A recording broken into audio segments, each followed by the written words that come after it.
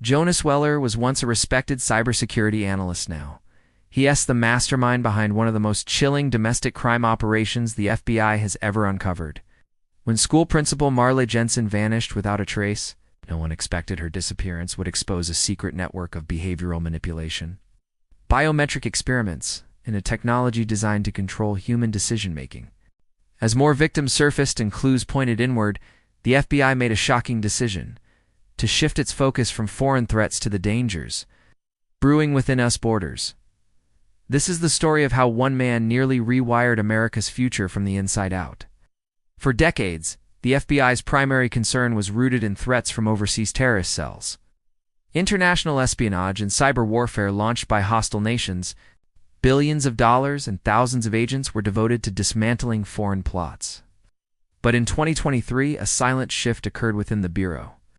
At first glance, the clinic seemed legitimate, state-licensed, up-to-date records, and no complaints filed. But a deeper probe uncovered disturbing patterns. The clinic had ties to a shell company in Phoenix, Arizona. That company was linked to another in Utah, then another in Georgia. All of them funneled money into a single nonprofit based in New Jersey, one that claimed to support veterans' mental health programs. For the first time in nearly 20 years, the agency began reallocating significant resources away from international operations, instead turned its full attention to threats emerging from within the United States. The pivot wasn't publicly announced. No press conference, no breaking headlines. A former cybersecurity analyst turned recluse who had disappeared off the grid 5 years prior.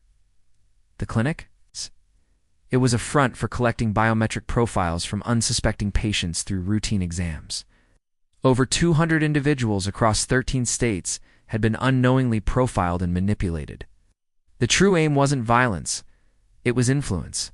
Political influence, economic leverage, the slow, quiet reshaping of minds.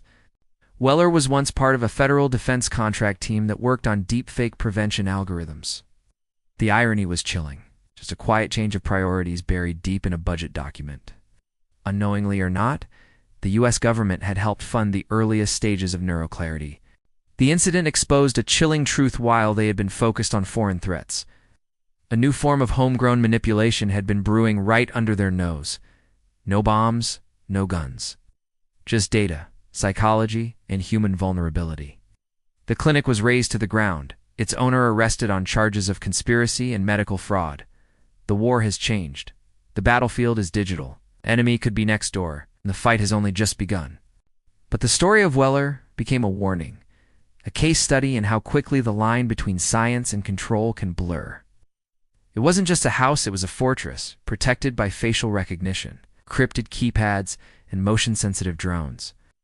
Drones, biometric spoofing, AI-generated blackmail campaigns, and psychographic profiling all fell under its scope. The FBI uncovered emails proving he had been selling access to his system to extremist domestic groups, militias, fringe cults, even white-collar criminal syndicates.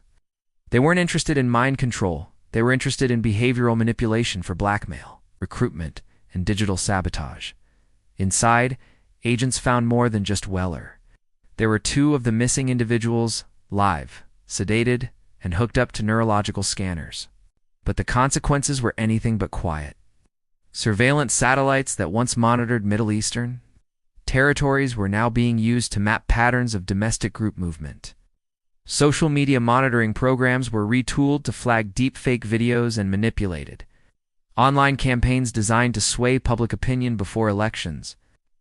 It all began in a forgotten Midwest town called Elkhorn Ridge. He believed that through pattern recognition and biometric stimulation, he could reprogram people's race trauma, eliminate fear, and ultimately control decision-making. He called it neuroclarity. When the 6th Person Ann Elementary School principal disappeared on her way to work, the FBI stepped in. The case was filed under Project Sentinel, an internal codename used to flag situations that hint at patterns of organized domestic crime. It was the first domestic case to receive support from a special unit previously focused on foreign terror cells. What the team uncovered shocked even the most seasoned agents. All 6 victims had visited a small medical clinic in town within 48 hours of vanishing. The financial trail was dizzying. Over $70 million had moved through the network in just 18 months. But where was the money really going? The FBI's forensic accounting team noticed the same names recurring in donation records across multiple shell entities.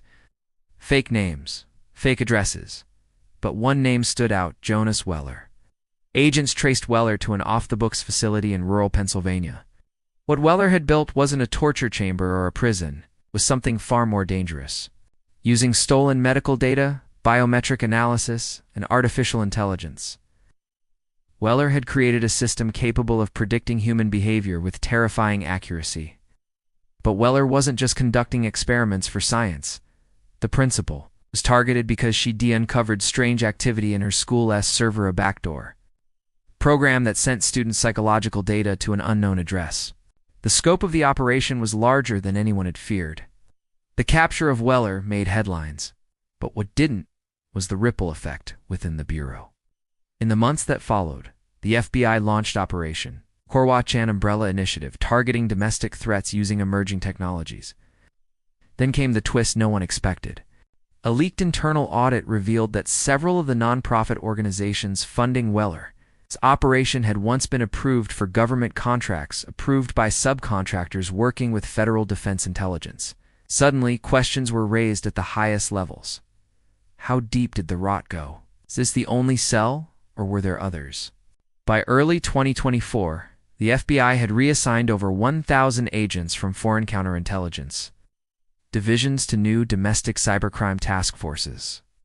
Elkhorn Ridge eventually returned to normal, but not without scars. 4 of the 6 abductees survived. 2 were never found. While the public sleeps, believing the greatest threats lie beyond the borders, the FBI now knows better.